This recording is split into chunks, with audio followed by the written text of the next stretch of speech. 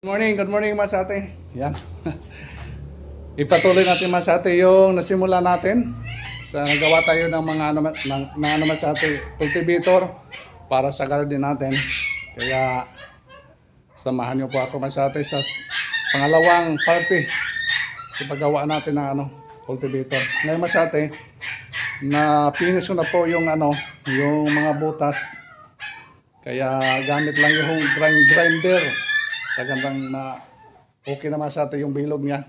Kaya tingnan natin mas ate. Pero bagong lahat mas ate, sa hindi pa nakasubscribe dyan, don't forget to subscribe our channel. Like and share and then click the notification bell para update mo sa ate. Salamat sa inyong support. Tingnan natin mas ate yung ginawa ko. Ate, bala yung dalawa, ano ko na dalawa, join ko yung dalawa para talagang pantay yung mga pagbutas natin mas ate. Tapos yung natin, yung bearing natin, yung sinukat po natin, sakto lang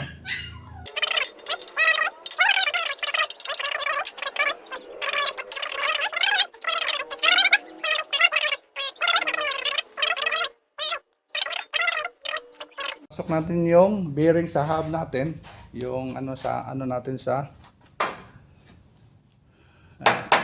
para maipantay natin yung butas mas ate. Huwag lang natin isagad sa ilalim para pag lagay natin dito. Yan. Yan, makuha natin yung sentro. Yan.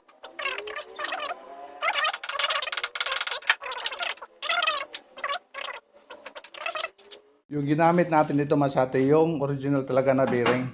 Yan. Yung original talaga, hindi yung mga lokal.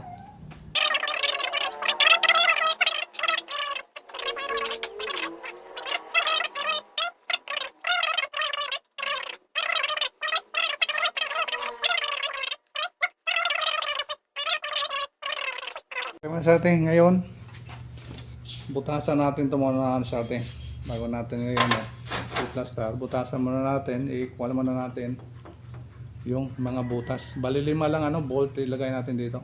5. Ito nakuha ako ng nagkuha ko ng perfect circle mas atin sa natin dito. Ito lang ginagawa ko. Perfect circle, yan. Tapos dinivide ko mas atin ito. Ginamitan ko na natin ng ito yung natin, mahiwagang DIY na flat bar mas ate. Yan. Kaya sinukat natin, kailangan equal yan, equal. Tapos dito, equal yun dito. Yan, equal. Yan, equal. Equal. Yan. Tapos tinupi natin mas ate. Yan. Yan. Kada corner. Yan.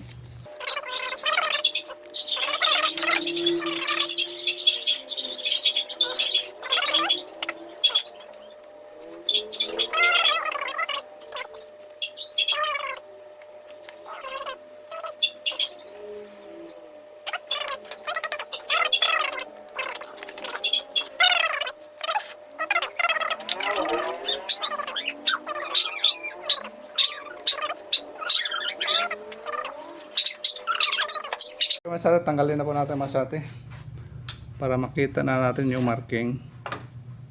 Yan. Okay. Yan. Okay naman sa atin. Ito. 1, 2, 3, 4, 5. Yan. Kita nyo. Kita nyo mas ate. Yan. Yan. Yes. At least equal na po ito mas ate. Yan. Mas ate, butasan na po natin mas ate. Gamit natin yung holder natin na yung magnetic holder. Yan. Pwede natin, butasan natin siya, may marking na kasi ito. Okay, tirahin natin. 360 na muna binutas na naman sa atin.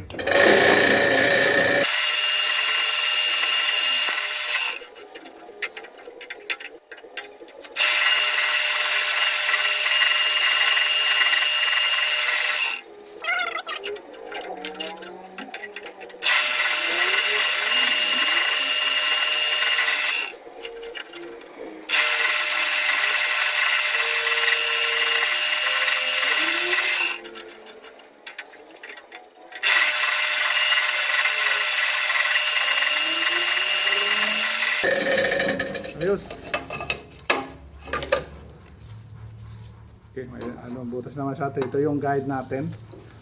Kung anong bolt natin gagamitin. Kasi ito mataas mag-hand tap muna tayo dito sa ano natin.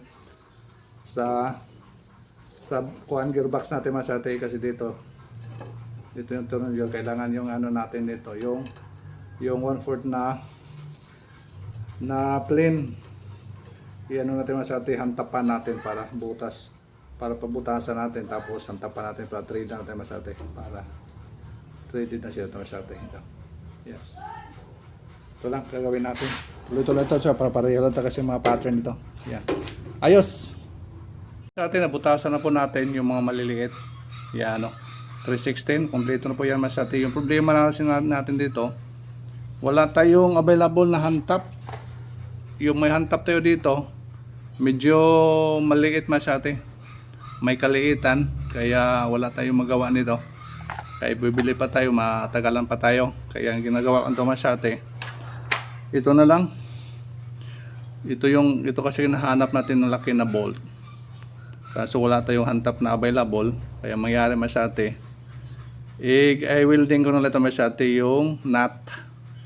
Ibaon na lang natin yung nut doon sa may sa plate, para ito na lang yung natin, pinaka threaded.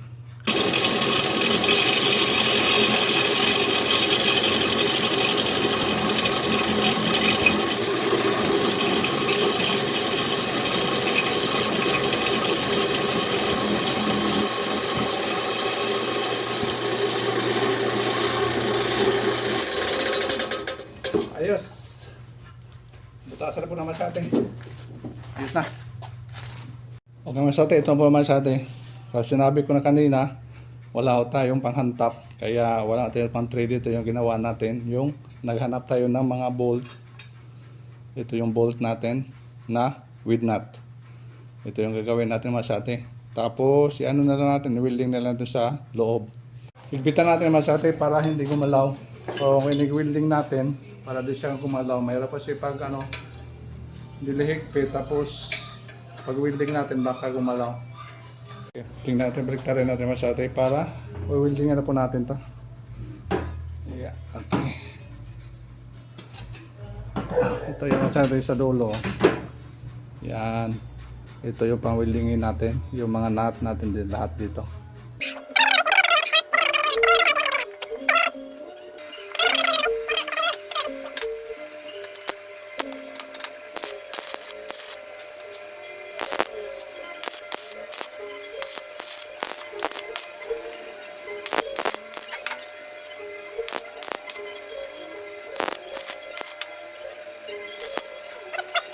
Tapos na po sa atin.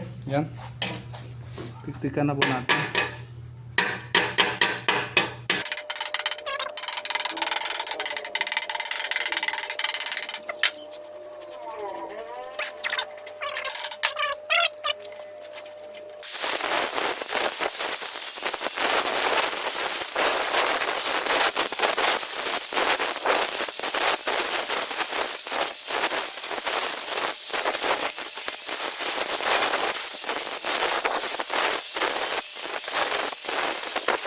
Finally, natapos po natin masate. Final check. Check natin sa lagyan natin ng ilaw. Baka may mga pa, kaligtaan ng mga butas-butas. Yan. Okay, proceed tayo masate.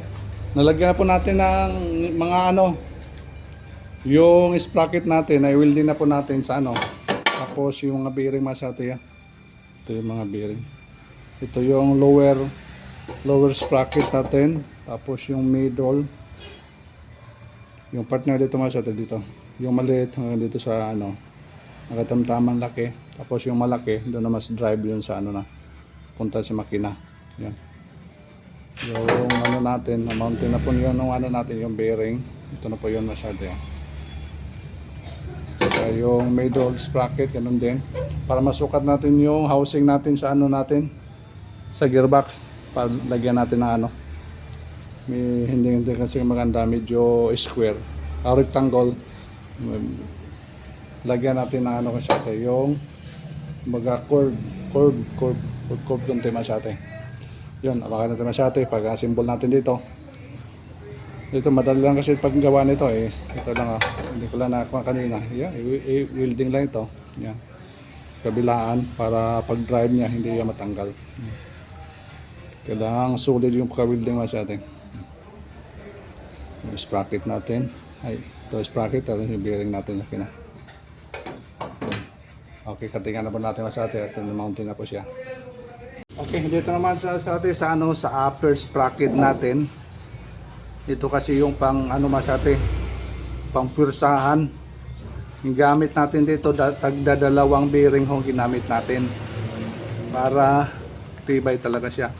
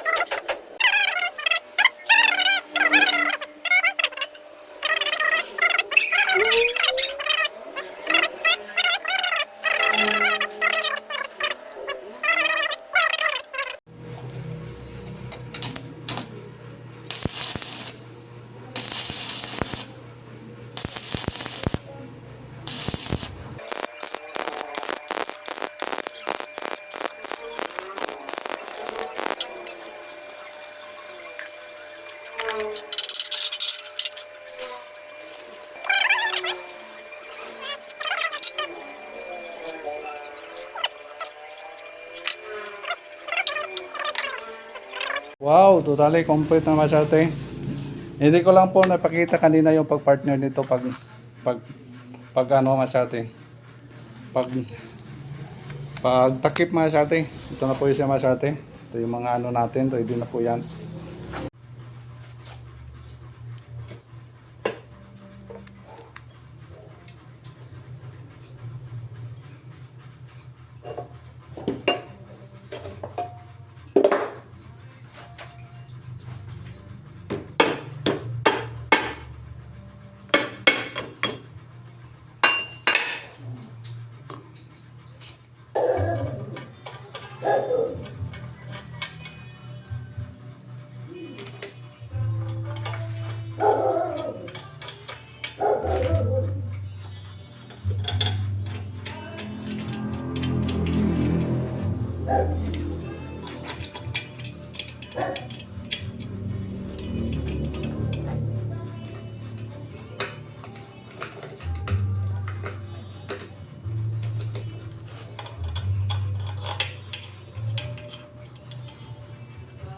Thousand years later.